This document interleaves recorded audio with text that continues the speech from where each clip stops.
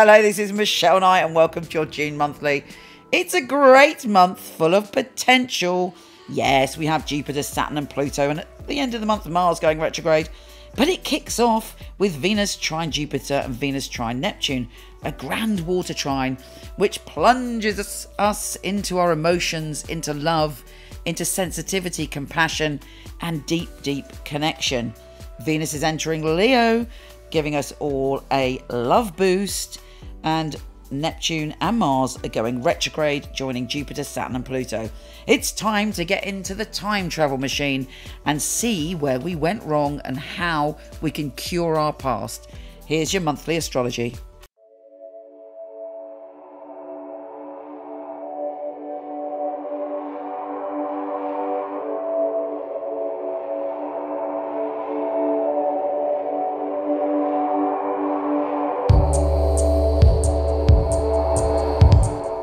Cancer, this is a massive month for you with great potential and the potential to really shift energy so that you can feel much happier within yourself, within your life. You can grasp and create your inspirations. Of course, you've got to work with the universe to make that happen, but the energy is there to really give you a boost. And it kicks off with a grand water trine. Venus is in your sign, making you a flow of love. You are feeling close to the people that you're close to. You're very sensitive in relationships, but you're also able to be compassionate and sharing.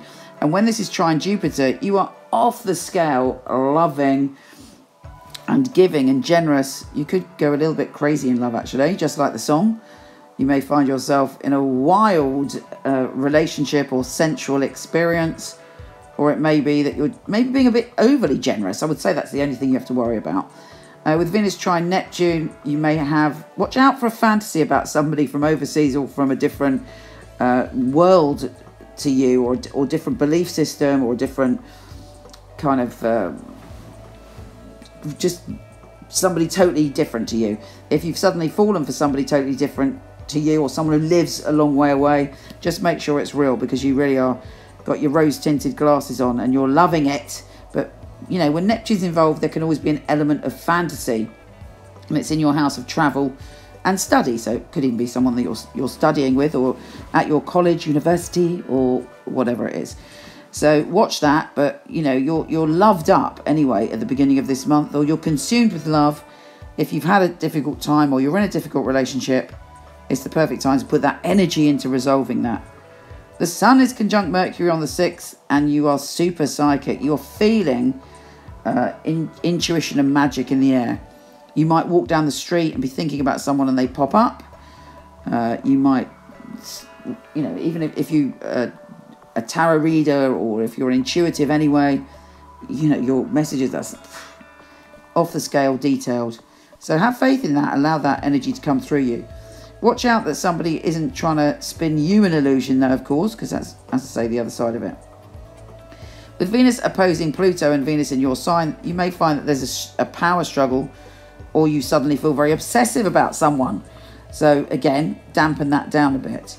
Mercury is going into your sign on the 12th of June, making communication much easier. You have the gift of the gab, you're communicating, you've got a lot to say, and you're confident, and you're strutting your stuff. The new moon is also in your magical psychic position. Look out for a dream, a symbol, an experience that is not quite of this world, because within that there's a message for your soul. Sometimes we can ignore these things and yeah, that was just a coincidence. But what is the universe trying to tell you? You know, try and piece it together. Meditate, tune in, give yourself a reading, have a reading, do something so that your intuition is sparked. With Mercury sextile Uranus, there's lots of interesting things coming out of the blue. Perhaps you're going to meet a new group of people.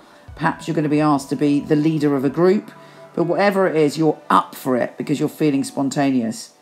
Venus leaves your sign on the 13th. So if there's anything you want to resolve love-wise, do it in the first 2 weeks of the month. But where she's going makes you feel more grounded and safe and you know, secure within yourself. Mercury is also trine Jupiter on the 19th, which is fantastic. It brings in good fortune. And for you, Jupiter is in a wonderful place for that most of this year, where you have the opportunity to put your ideas out there, to really experience joy and happiness this month. And I really hope you do, because you deserve it, because you have had a rough time. And Neptune goes retrograde. Don't worry about that too much. It's not a bad thing. In fact, it can help you if you want to travel to another country or you want to study, and at the moment you can't. Neptune's going to help you ground those ideas.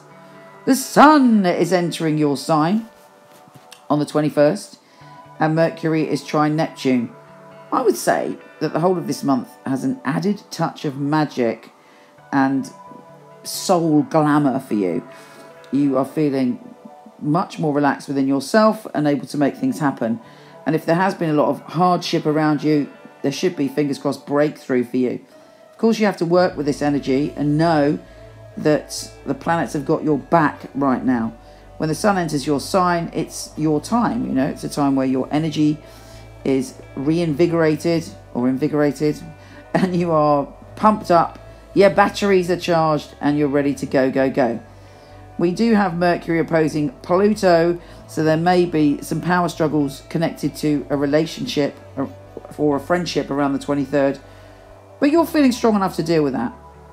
Mars is going retrograde, which may bring up some issues to do with a wound you have connected to feeling powerless in the past.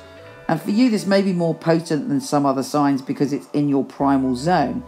So it may be that you're thinking about, you know, a negative sensual experience you had in the past, or some damage to your sense of sexuality.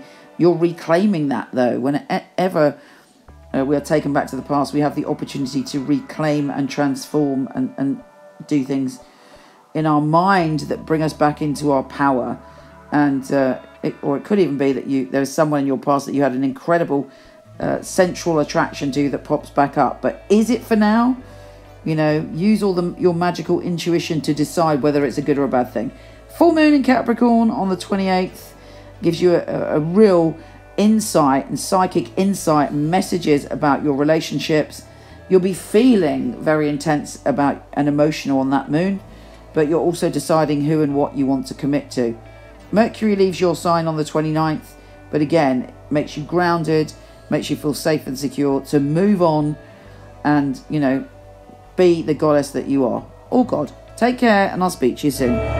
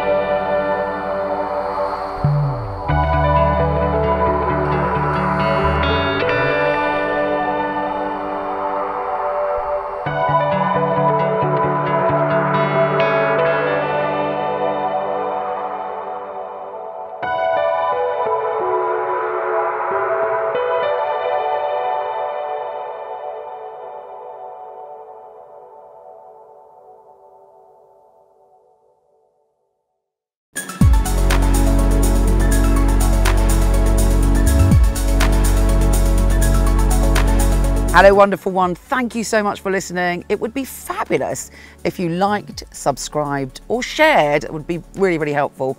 Also, I have a ton of free stuff for you. Horoscope.co.uk for everything astrology, and michelleknight.com for everything psychic and free tarot reading. See you there.